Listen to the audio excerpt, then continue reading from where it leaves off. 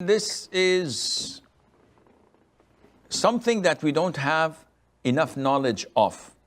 We know that when a person is on his deathbed, that he undergoes the process of his soul exiting his body. And this is when the angel of death takes his body. Let me rephrase that. When the angel of death takes his soul from his body. A believer, as the Prophet said, alayhi salatu wasalam, would have his soul depart his body like a drop coming out of a water container, softly and nicely and without any pain. This doesn't mean that before the soul came out, he is not suffering. No, we know that people suffer before they die, either to illness, either to pain. The Prophet suffered alayhi salatu wasalam before his death, and he used to put his hand in a water container and wipe his face and say, La ilaha illallah, inna lil mawti sakarat. That death has agony.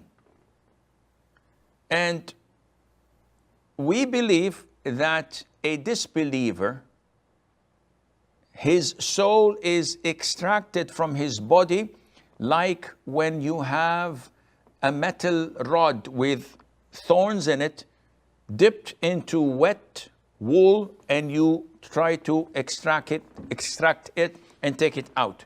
It tears the wool to parts.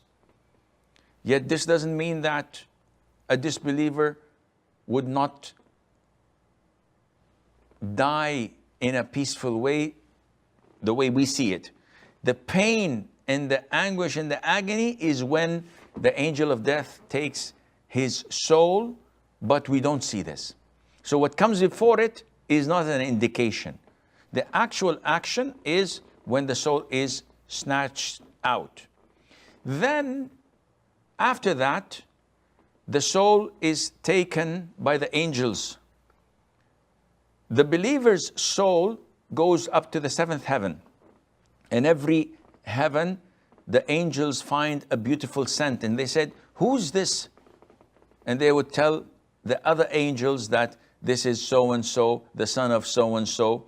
And they would give salam and they would comment and praise him. Until he reaches the seventh heaven, and Allah Azza wa Jal tells the angel of death to take him back to the grave and let him rest till the day of judgment. And to open a window in his grave from paradise where he will get some of the breeze and the coolness and the beauty, and he would enjoy his stay in his grave.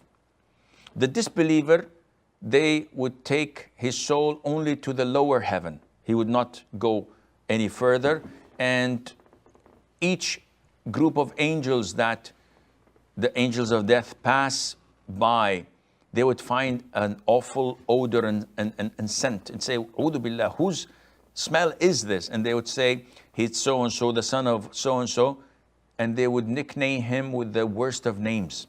And they would curse him. And then he would be dropped from the first heaven, the lower heaven, to his grave. And he would smash in his grave. And he would be punished by Munkar wa Nakir. And Allah Azza wa Jal would tell them to open a window from hellfire in his grave till the day of judgment, and he will be tormented and punished.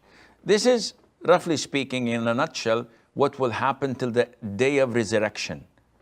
What goes in between, this is something what we don't have any knowledge of.